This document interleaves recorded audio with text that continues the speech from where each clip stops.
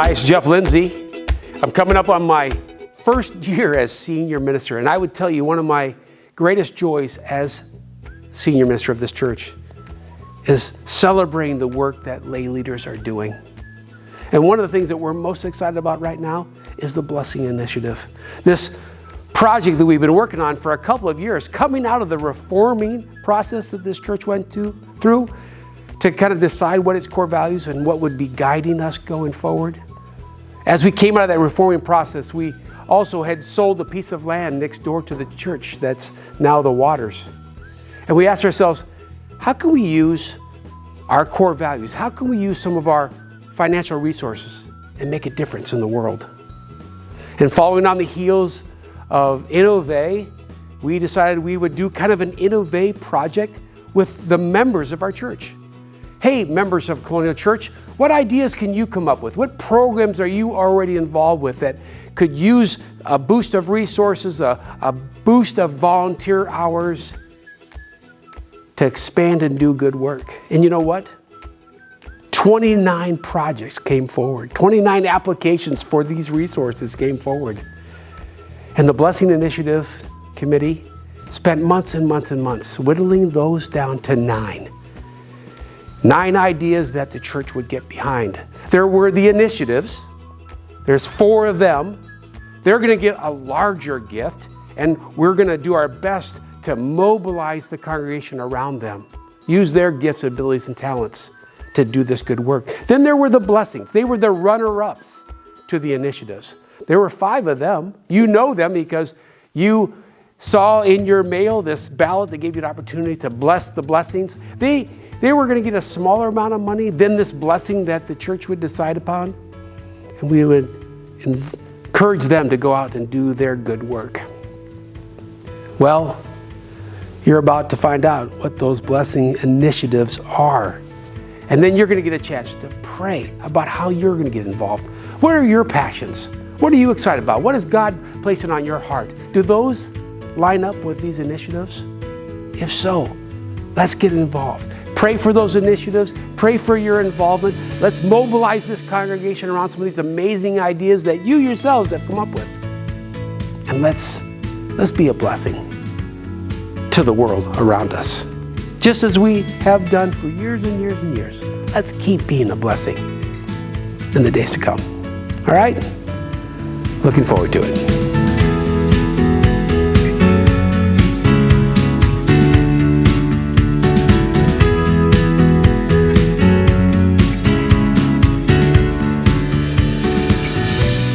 Hi, my name is David Lima, and I'm a member of the Blessing Initiative team.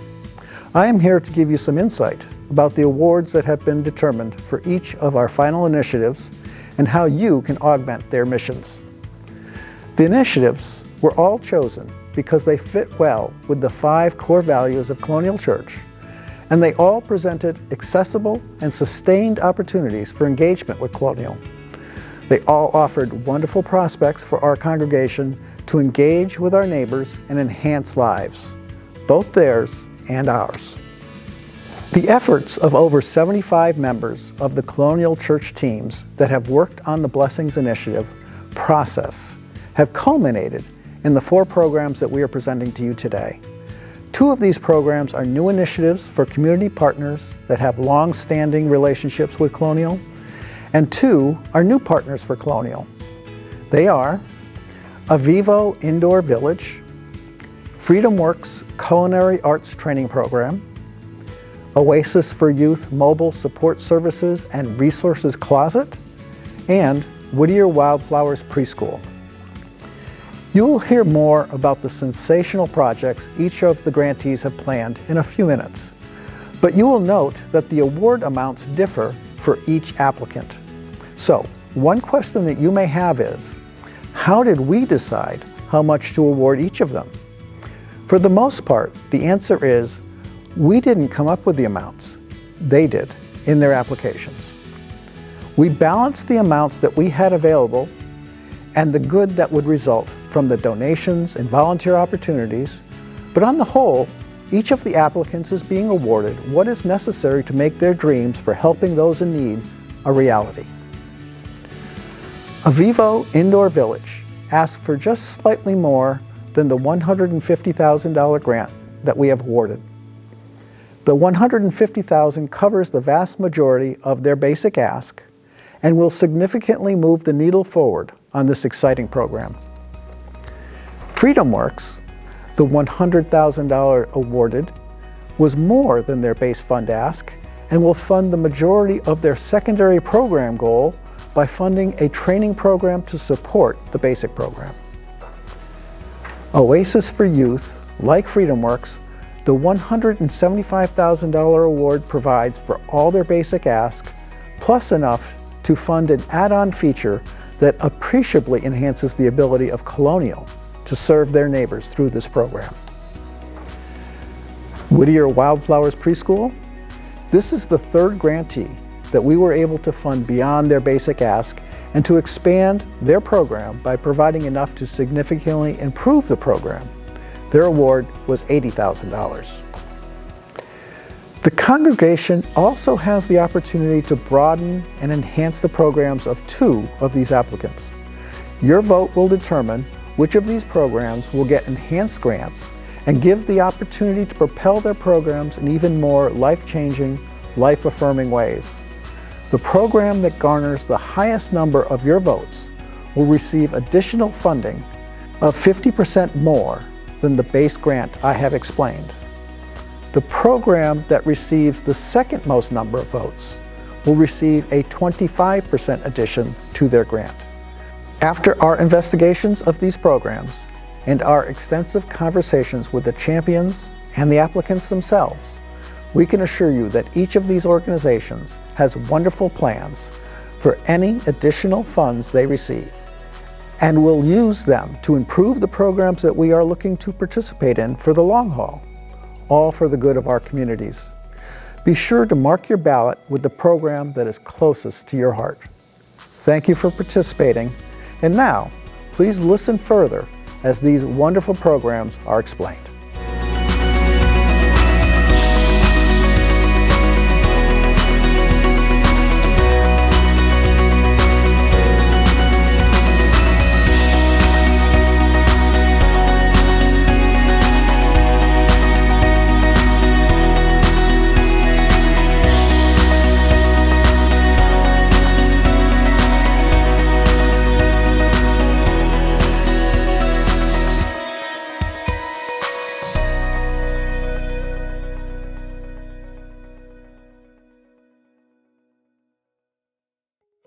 Hi, we're Ed and Barry Lounsbury. We've been active members of Colonial Church since 1979 when we moved to Minneapolis. Involved in everything from being Sunday school teachers all the way up to most recently senior deacons, and I had the privilege of being on a couple of pastoral search committees and served as moderator at one point. So yes, we've been very involved, and in all those years we have to say that I think we both think that this is one of the most exciting things we've seen come out of the Colonial Church. The Blessing Initiative and the generosity that represents is an awesome thing. We're so proud of the church and happy to be part of it. So thank you.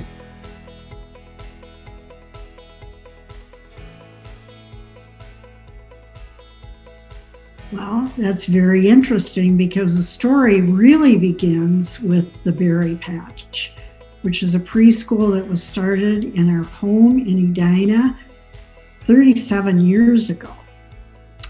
And as Ed retired ahead of me, it was sort of hard to let go. Ed and I had numerous conversations 10, 12 years ago about the city of Minneapolis. What about the children in the city? Were they experiencing quality programs like the children in the suburbs were? Well, through doing a little research, we learned from a few different schools, elementary schools, that often children were starting kindergarten with very little preschool background or none at all.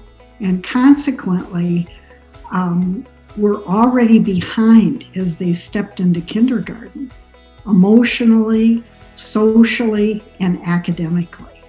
So that begged the question, How can we help? What can we do? All these years of serving the children in the suburbs. Statistics show that the most important developmental years is birth through age 5. So that becomes really important to determine what kind of program best fits that age group. I received, interestingly, a phone call from 2 people from Calvary Baptist Church, and they were visiting preschools in the suburbs and wanted to visit the berry patch. Well, we had an engaging conversation, and through that, I learned that they were interested in starting a program at their church. So, as we move forward, we had a great fun celebration of 30 years of the berry patch at Colonial, and that evening we announced the launching of Whittier Wildflowers Preschool, a nonprofit partnership, a 3-year partnership between the berry patch and Calvary Church. Well, we used the berry patch curriculum, and so the 3 years was up 3 years ago, and for 3 years they have been operating on their own, doing an excellent job.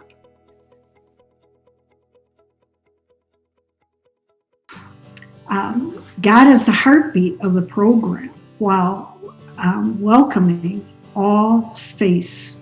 There are many different faiths at Whittier Wildflowers. Love abounds. The children, as well as the parents, are learning and growing. The parents gather for coffee time where they're encouraging one another. A wonderful idea that Ann started are the family fun nights, where it's a potluck. And you can imagine with this diverse community, the wonderful ethnic food that is there. It's probably the best potluck you could go to. And so there are activities for the children, and then always a licensed parent educator, Becky Danielson, offers parenting tips. So the parents are learning right along with their children. It takes a village to raise a child, and a beautiful community has been established at Whittier Wildflowers. WWP is helping close the gap. Period.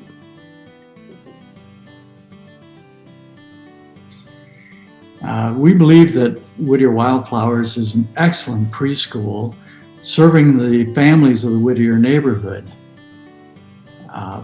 By design, it is a diverse student enrollment, socioeconomically, culturally, and different faith backgrounds.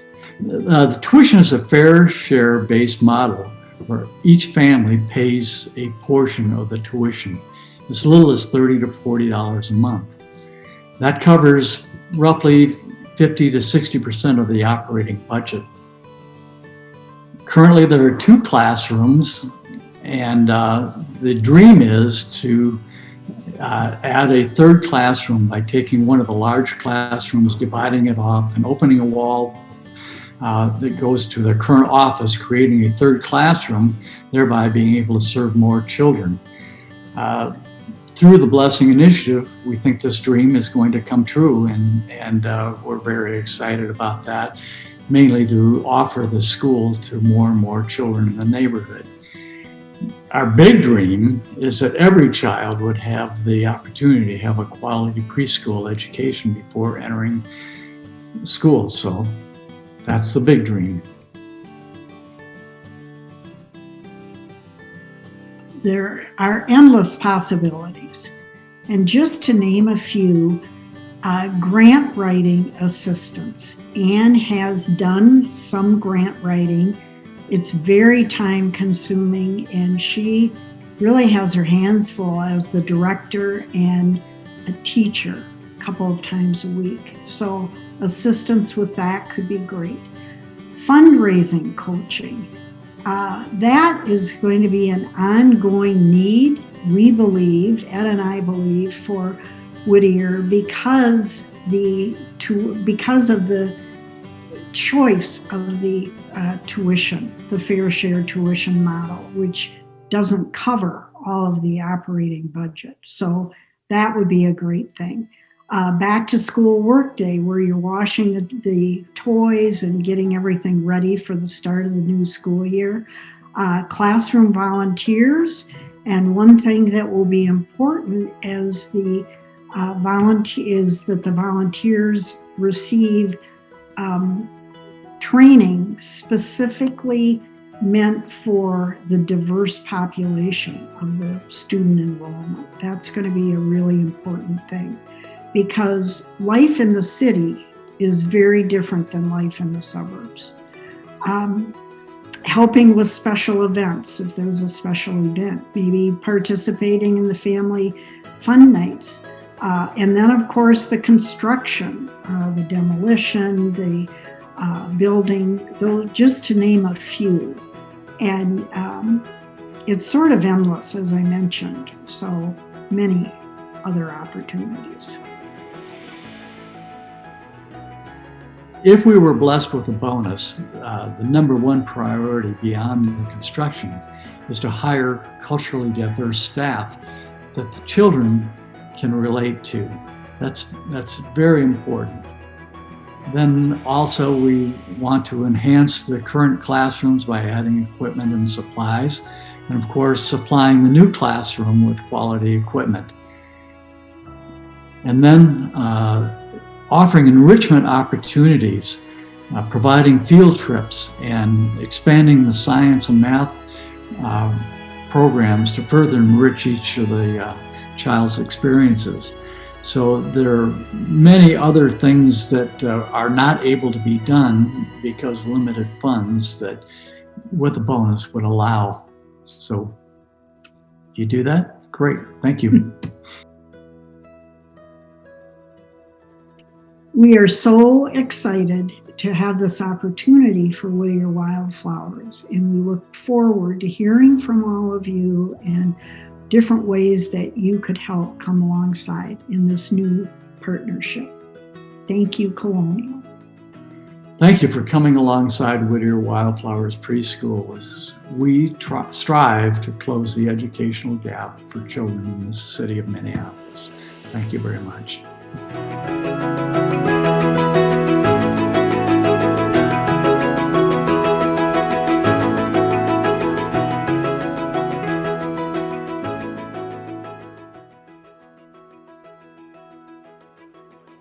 I came to know Oasis for Youth quite a few years ago. They've been around for 10 years, and I knew one of the founders and got invited to some of the fundraising events.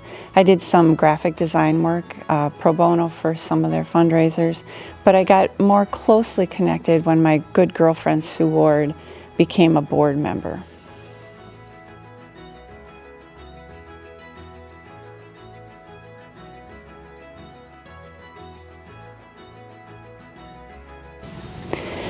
I've learned that Oasis for Youth spends a good deal of their time and effort focused on the youth. They give them intentional, empathetic, protective services. They mostly think of them. It's like their top priority. It's just such a genuine group. They're also very well organized. They are a solid foundation. They've had 10 years of extreme success. They have a really strong network of donors, and local grant monies have come their way on a regular basis. So, you know, as an aside, we are giving money to a foundationally, fiscally sound and solid group, which it sits really well.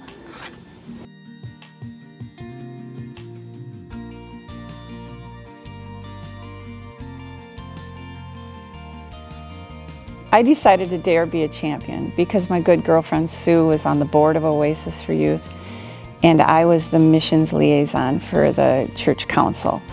And we would go on long walks and talk about how she knew of a deep need and I knew about Colonial's gifts, but the timing was never right. They weren't necessarily ready to expand into Edina and Richfield. Our church was not at a time where we were ready to take on a new mission partner. And then when the Blessing Initiative came along, it also coincided with Oasis deciding in their strategic planning to go forward with this mobile Oasis plan and spread into Edina and Richfield, right into our neighborhood. So the project and the timing just sort of fell into my lap. I was really encouraged when I reached out to a few Colonial members that are my favorites, and I chose them based on their strengths in regard to this project.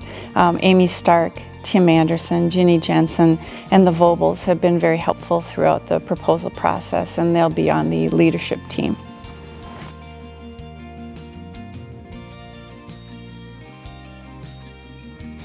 Oasis for Youth fits with our values, our core values, so well. First off, it's the year of the good neighbor, which we've extended and should probably always have. These kids are our unseen neighbors. When they're in trouble, they bury themselves into friends and neighbors' couches. They are homeless, but they don't want to be known. But they're here, and I think it's great that we can find them and reach out and help them. As far as our core values, Welcome Beloved, we're basing the name of our resource closet, Matthew's Closet, based on Matthew 25:35 through 40, part of which says, I was a stranger and you welcomed me. I was naked and you gave me clothing. Risking together the messy path, we will be supporting Oasis for Youth kids in probably the messiest stage of their lives. Anything we can do to help will be just wonderful. And wrestling with the tensions of the world and the Word, we have to come alongside without judgment. These kids are extremely diverse. Some of them have left their homes or been forced to leave their homes for bad situations. We can't judge them. We have to just be concerned about their welfare. John 3:18 says, little children, let us love, not in word or speech, but in truth and action. And immersing ourselves in sacred spaces and rhythms, these needs are an extended thing. We must commit to sustained volunteerism. It's going to take a lot of work, and it's going to be continual. Sacred spaces can be created anywhere. Doing volunteer work with another Colonial member, no matter what it is, if it's sorting clothes or cleaning out closets, can be very sacred. And doing good, obviously, this is a time that we can deeply consider our privilege and what we've been given, and we can cross the gap that divides us from the situations these youth are facing.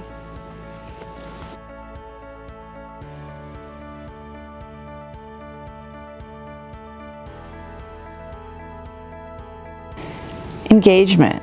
How do we get involved in this project? Oasis has a fairly small staff of 11 or so people, and they're going to need our help through volunteering. The financial award is amazing, but what I can't wait for is for Oasis to realize how strong our community is and how much we can get behind them and share our gifts through volunteer support. Let's give generously our wholehearted involvement. We will undergird Oasis, allowing them to fully pursue their mission. Just like our tiny house project last summer, we're going to have to choose a room in Colonial and build out Matthew's Closet, put in shelves and racks, and do it tastefully so that they, when they come to shop, there's dignity. There's a dressing room and a desk, that kind of thing. And so prepping the room will take a project in itself. After that, the fun begins. We have to keep this closet, resource closet, fully stocked at all times. It will house seasonal clothing, toiletries, undergarments, socks, shoes, boots, personal hygiene items, baby and toddler clothes, diapers, coats, mittens, hats, cosmetics, personal supplies, charging stations, Wi-Fi hotspots, gift cards, bus passes, and more. And there'll be lots of ways we can fundraise. We can do clothing drives, seasonal clothing drives.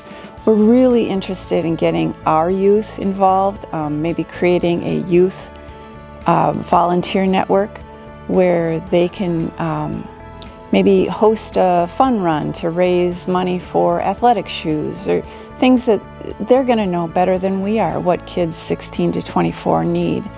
The task of sorting and washing donations, organizing, inventorying, maintaining the closet apparently is very labor intensive. And there's stocking the vans. They'll be coming to our parking lot a few times a week, and there's van maintenance and routine care. Only Oasis professional caseworkers work directly with youth, but there are opportunities for us to get involved with the youth on a smaller basis. It could be that Matthew's Closet really launches and we decide to have open hours and we'd need to man the space. There's also an opportunity to be a driver, to take these kids from our parking lot to Veep for grocery shopping and back again. There are also vocational opportunities. Because their staff is small, we could help them, say you have a career in marketing or event planning or accounting or finance. They might need a place for a colonial person on their board of directors. The other thing that Oasis really needs help with is getting the word out about this expansion into Edina and Richfield. Oasis is interested in getting ambassadors from our community to go out and speak about the expansion into Edina and Richfield, get awareness out there so that people know about the resource. And it would be a great relief from their staff hours to have these ambassadors take over that role.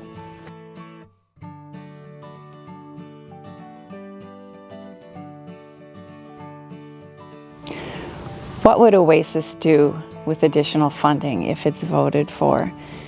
Everyone's getting pretty tired of the word uncertainty and the living with COVID, and a lot of us are seeing the light at the end of the tunnel. But for these youth, the bounce back is going to be a lot longer. Economics will not be good for them for quite some time.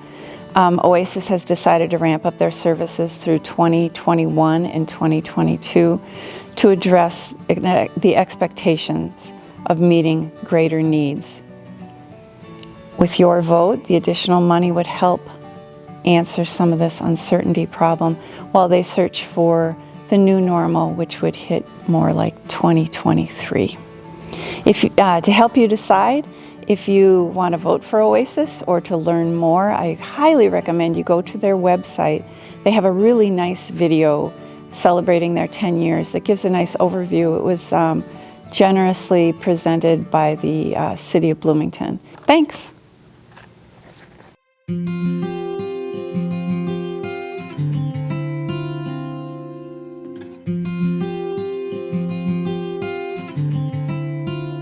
I'm Ron Dobies, and I am doing this video with Pastor Sarah to talk about FreedomWorks. So first of all, I want to thank Colonial Church and all the people who are involved in the Blessing Initiative, and particularly those men and women who have vetted FreedomWorks. And I'm so thankful that Colonial is going to make this very generous grant to FreedomWorks.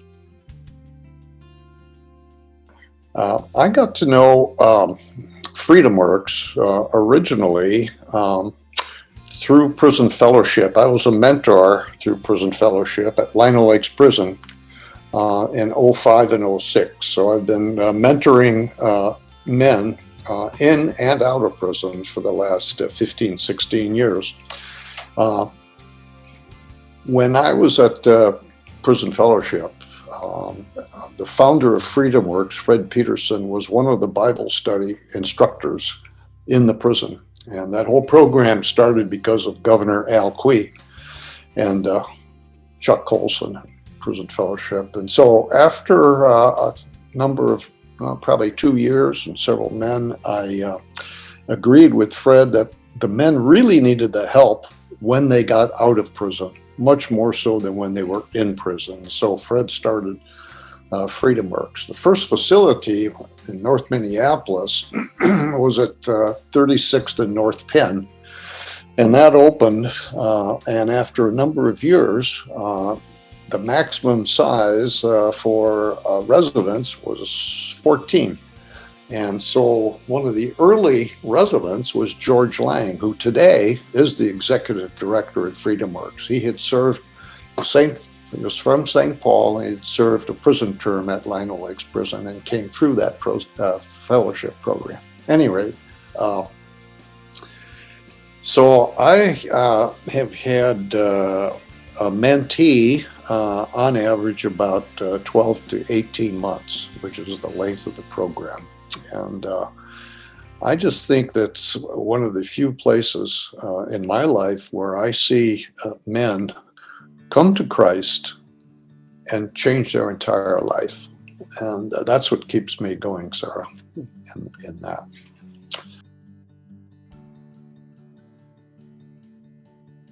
These men come out of prison. They have a safe place to live. The facility expanded dramatically in 2018.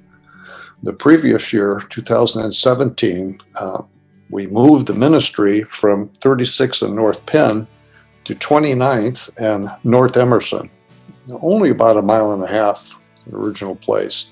The difference is now FreedomWorks is housing 110 men, no longer 14, 110. So you can imagine what that growth has done. Now, the recidivism rate, in other words, if after 3 years you measure that by how many men return to prison, the national standard is 45% of the men return after 3 years. In Minnesota, because we're an enlightened community, that figure is 30%. FreedomWorks graduates end back in prison at the rate of no more than 5 to 8%. So you can imagine it costs about $40,000 to $50,000 a year to house a prisoner. You can imagine how much money the state of Minnesota saves. And of course, we look at each resident or participant and as made in the image of God. And what can we do to foster that growth? The mission of FreedomWorks is to reconcile men to God, to family, and to community. And the family portion of that means they all have mothers, girlfriends, or wives, or daughters. And so we need women as much as we need men in the ministry. What we know is that these men can go to a lot of different places, but they are really focused on improving their faith, to know God again.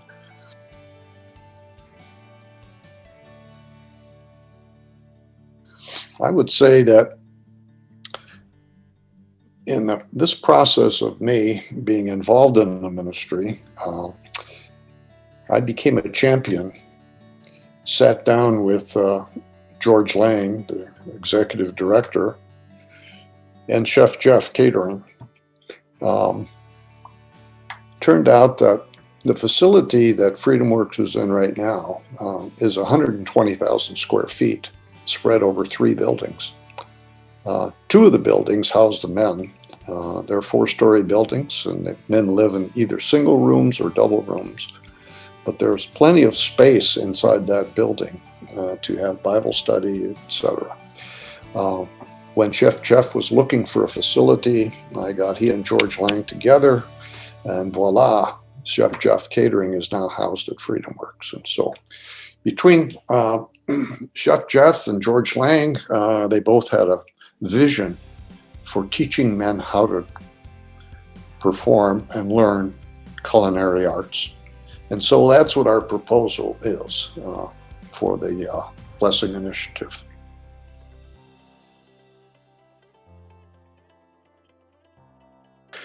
We connect with Colonial's core values in several ways.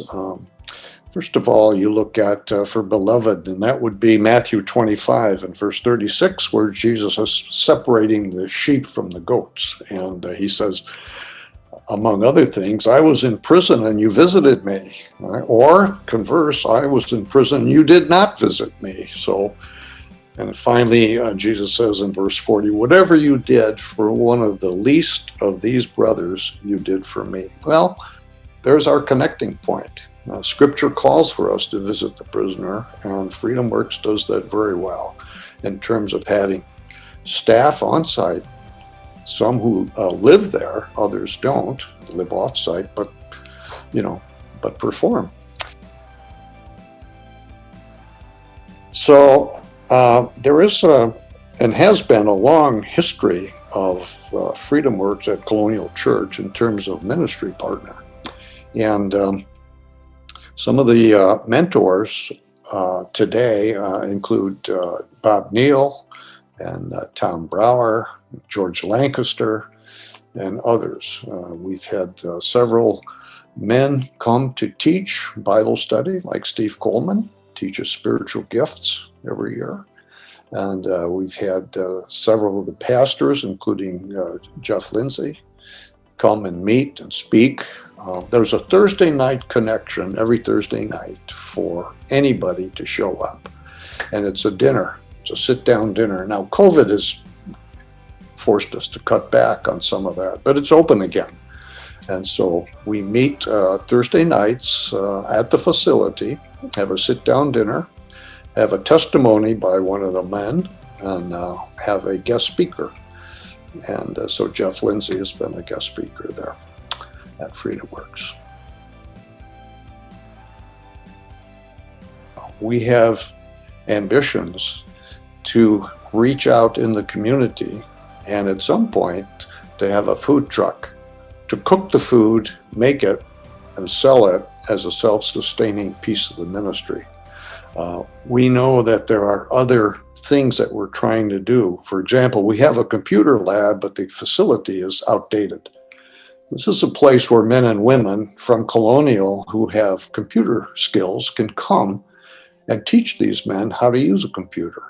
One of my mentees, after 20 years in prison, came out and said, "How do I use a cell phone?" I mean, if you can imagine what that's like. So this is a place where Jesus Christ is honored, taught, involved deeply. And I would say that over my years, and year 14 for me, I've built some wonderful friendships. Praise God.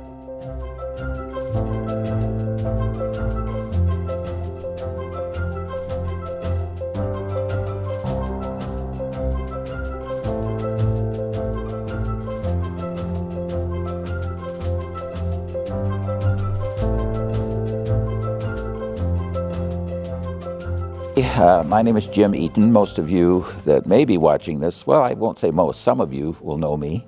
And hopefully by the end of this exciting relationship that involves Vivo, more of you will know me as we go down the path of a relationship with an organization I think we're all going to be proud to be associated with. I'd like to tell you a little bit about the problem, the big idea, and then the organization, of course, Vivo, that is the real leader of the response that you'll know a lot more about in a few minutes. Then I'm going to tell you a little bit about the actual Vivo Village, which is where this project is going to take place. And you'll have a chance to see a few images from it, so you'll actually physically be able to understand it. Tell you a little bit about what's going to happen there and the people that are going to be there, the people that will reside there. And then talk, most importantly, about what your monies and engagement will do, how we will not only be engaged from a financial perspective, but also, even maybe more importantly, the human talents and opportunities to be a part of something that's going to be so significant potentially and really may really be a factor in helping it get a real exciting learning outcome from dealing with one of the most serious community problems we have, and that's homelessness. So that's the roadmap for the next few minutes. I'd like to start by asking you to imagine with me one thing. We have just gone through and are still going through the coldest 10 days that we have had in 5 years. And for all of us that live in the Twin Cities, we can really experience it by whenever we go out the door. Imagine if you were like the people that we're going to be talking about, who never quite know where they're going to have to spend that night. They are the unsheltered portion of the homeless population that literally lives from encampment to encampment, or tent to tent, or skyway to skyway, not knowing where they're going to rest in a given evening. Well, that's the population, the chronically homeless population, that this project with Avivo we're talking about serving.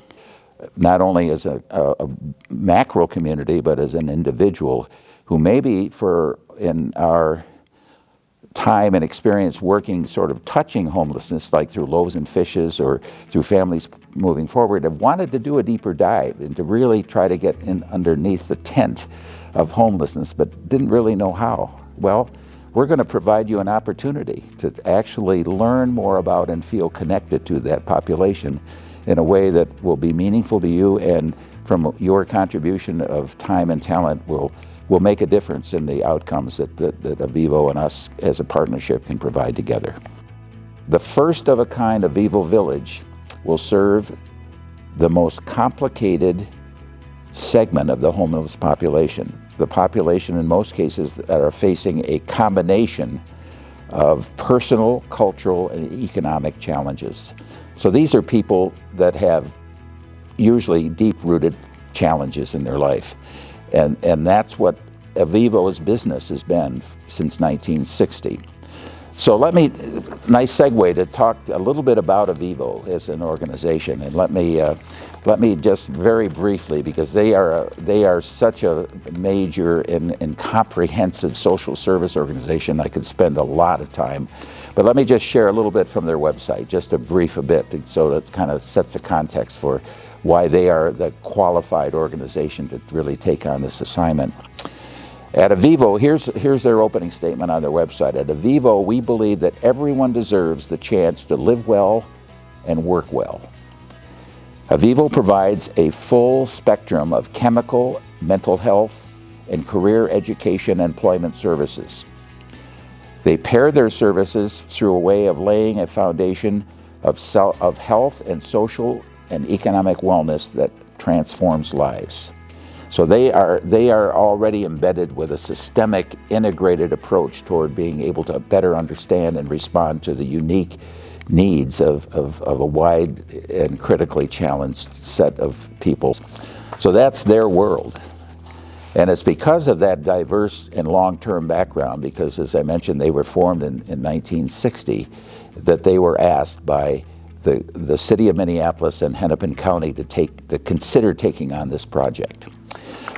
My connection with Avivo has been 15 years, and that is part of my professional life. I've had the privilege of getting to know the CEOs and executive directors of 25 nonprofit organizations, and 14 of those are now members of a nonprofit cohort made up of CEOs and executive directors that I've had the privilege to work with for the last 15 years.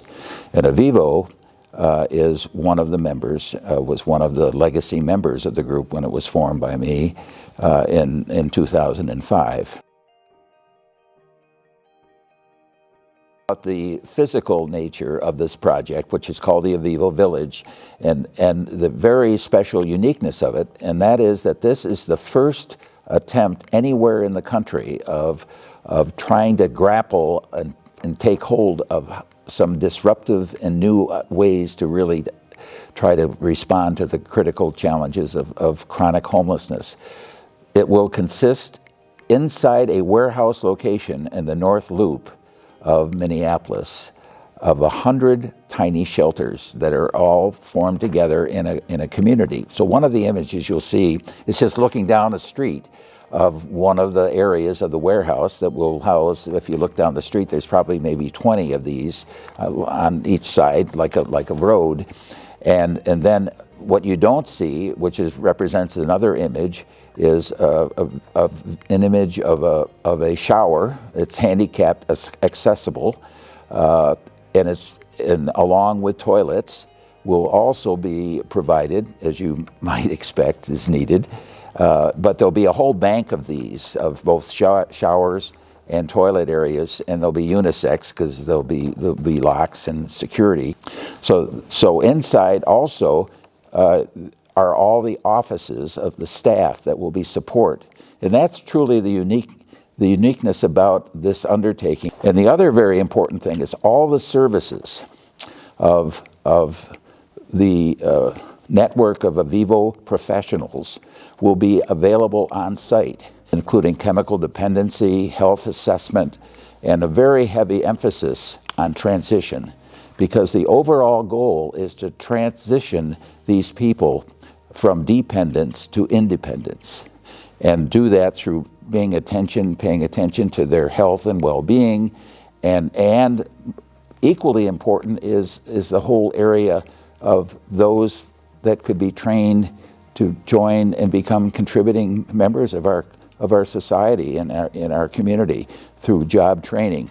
There's a very heavy emphasis on initially dealing with the personal nature of who they are and whatever needs they have from a health, mental health or addiction, and many times they're coming out of abusive situations, so they have to deal with all the social service stuff, and that's what Avivo's business is. And then with a goal of transitioning them on to move on, not only in terms of their own housing, which is a core part of the goal, but also from job training and becoming more independent, and therefore gaining something that most of these people don't have, and that's dignity, the sense of who they are, and they do have some value and importance.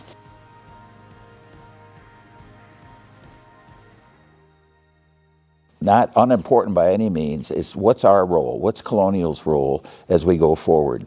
And I'm happy to report many things that we brainstormed a little bit about this, but a lot of this we don't really know how many opportunities there may be, because this is a moving, evolving universe. But we've talked a lot about it. The first thing that we're going to do is have a steering committee. This is such an exciting area, and yet there's so many unknowns that we're going to have a steering committee of those that might step forward and want to be a part of this, just to be the part of the liaison between the Avivo people that are very excited and committed to being partners with Colonial in terms of exploring all the possibilities. A lot of what we will be doing, we may not know now, but there's going to be plenty of exciting and very practical things that we can do. What if we are blessed beyond the initial budget for this grant? The two things I haven't commented on is most of the fees or the grant contribution from Colonial will be used to support the services of the staff, all these professional resources. And because this is so new, and none of the budget that was provided by the CARES Act in government and county agency dealt mostly with the physical things. They don't know. All they know is what they're going to immediately need, and most of our fees and monies that we're donating will go toward the human resource aspect and the services aspect. If we were fortunate enough to get one of the extra bonus contributions, I would say that we would explore together with Avivo leadership how those monies could be used, because it is going to be a moving experience that will end up having other needs surface where funds that are available from organizations like Colonial can really continue to make a difference. And the last thing I'll close on is metrics.